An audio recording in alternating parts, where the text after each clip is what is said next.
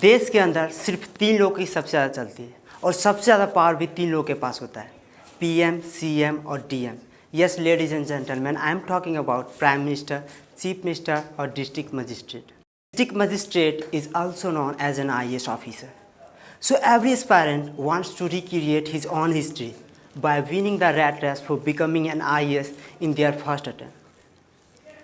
But for having this prestigious post called IAS, stand for Indian Administrative Service, an aspirant requires to be concentrated like an eagle, courageous enough like a lion, and should have right a strategy to win the impossible war against his own self-doubt and limiting beliefs. So hey everyone, this is Prabhat Perfect, and today we are going to learn how to become an IAS officer, how to become a DM. So the first question is, what is the role of an IAS officer? So the role of an IAS officer is to serve the central and state government in implementing and administering the policies formulated by the central and state government, and also providing valuable feedback for any government decision making process. So basically an IAS officer assists the government in policy framing, administrative and implementation of a status, and providing key feedback to concerned ministries about the implementation status and impact of the policies. And so I hope you got to know that what is the role of an IAS officer. And then after, if I talk about the eligibility criteria to fill the form of IAS, so candidates should be graduate with any stream. It doesn't require a specific stream like BA, BSc, BCom. It doesn't require, or like minimum marks or maximum mark. It requires only candidates should be graduate with any stream and must have attained 21st year of age. And there is also an upper age limit and a number of attempts restriction based on category, candidate category. So generally the upper age limit is 32 years, but commission gives as relaxation for OBC or SC/ST. For OBC, the upper age limit is 35 years, and OBC can appear 9 times. And for the SC/ST candidate, the upper age limit is 37 years, and they can appear unlimited time till their upper age limit. And now it's high time to talk about syllabus or exam pattern. So IAS exam is conducted through exam, UPSC. UPSC means Union Public Service Commission, and UPSC held three exams. Like the 3 exam is prelims, mains or interview. Prelims exam consists of 2 papers. If I talk about the difference between first paper and second paper, so 100 questions will be asked in first paper and all questions will be of 2 marks. And in second paper, 80 questions will be asked and all questions will be of 2.5 marks. And in first paper, questions will be asked from geography, economics, polity, history, environmental science, and etc. And in second paper, questions will be asked from CSET, math or reasoning, and etc. And the most important thing is that the second paper is very important, because if you will not qualify the second paper, your first paper will be not checked. So second paper is very important to qualify. After qualifying PT exam, you will be eligible for mains exam. Mains exam consists of 9 descriptive papers. The first paper and second paper is qualifying paper. If you will qualify this paper, the rest paper will be checked after qualifying first or second paper. The third paper is essay paper, and the 4th, 5th, 6th, 7th is GK/GS. And the last 8 or 9 paper is optional subject. Optional means you can choose according to you, according to a study. Like I have good knowledge in that particular subject, so you can choose in optional. And the all marks of mains exam is 1750 marks. And the last stage is consist of interview. The marks of interview is 275. The all marks of interview or like mains is 2025 marks.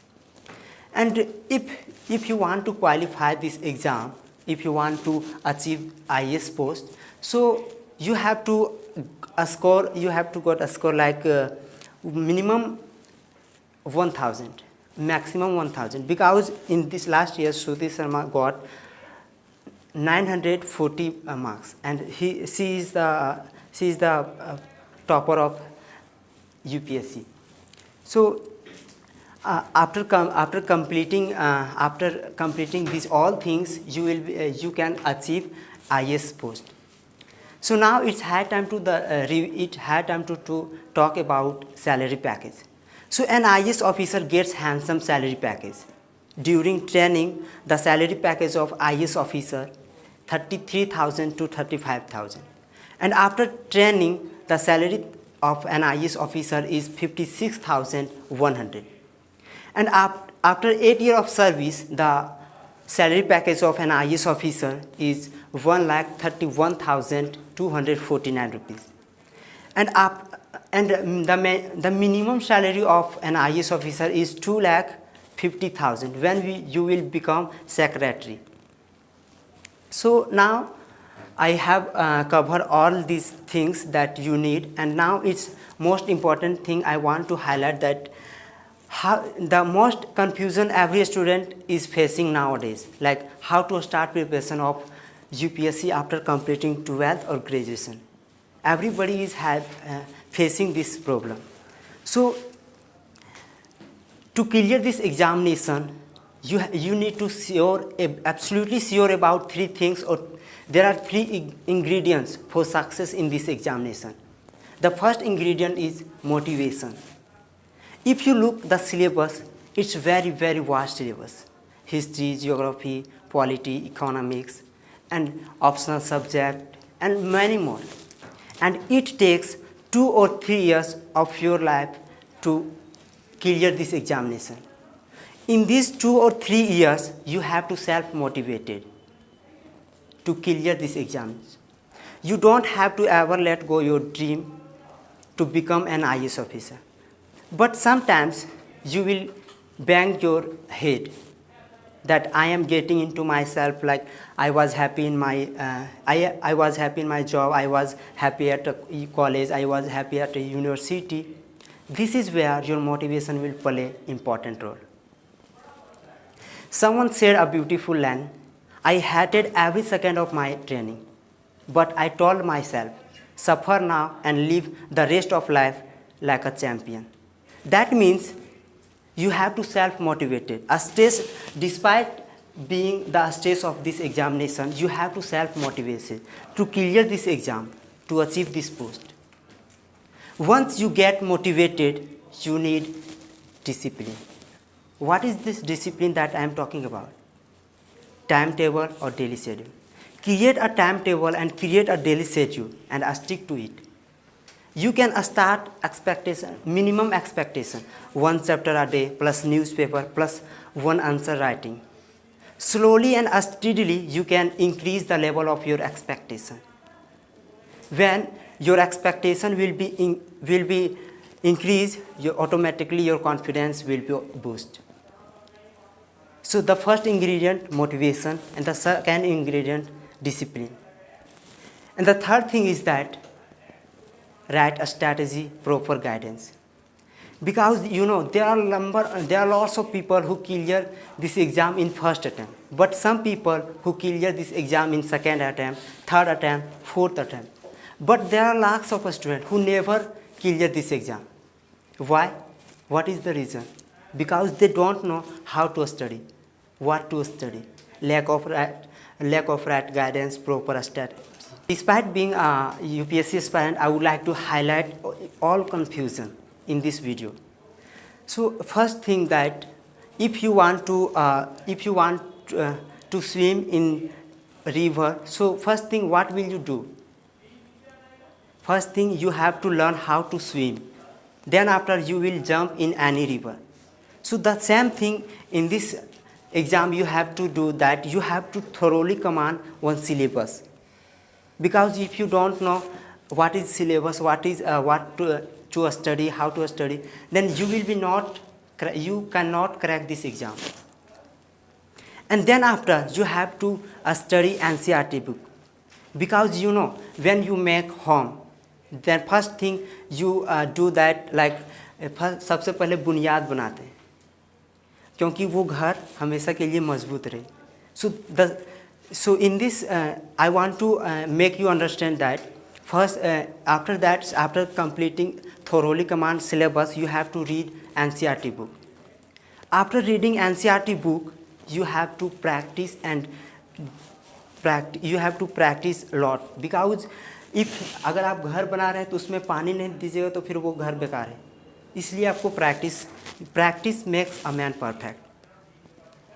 And then after you can read a study recommended book like Polity, M. Lakshmikant, ancient book or medieval book, ancient history or medieval history, economics, and there are lots of books you have to study.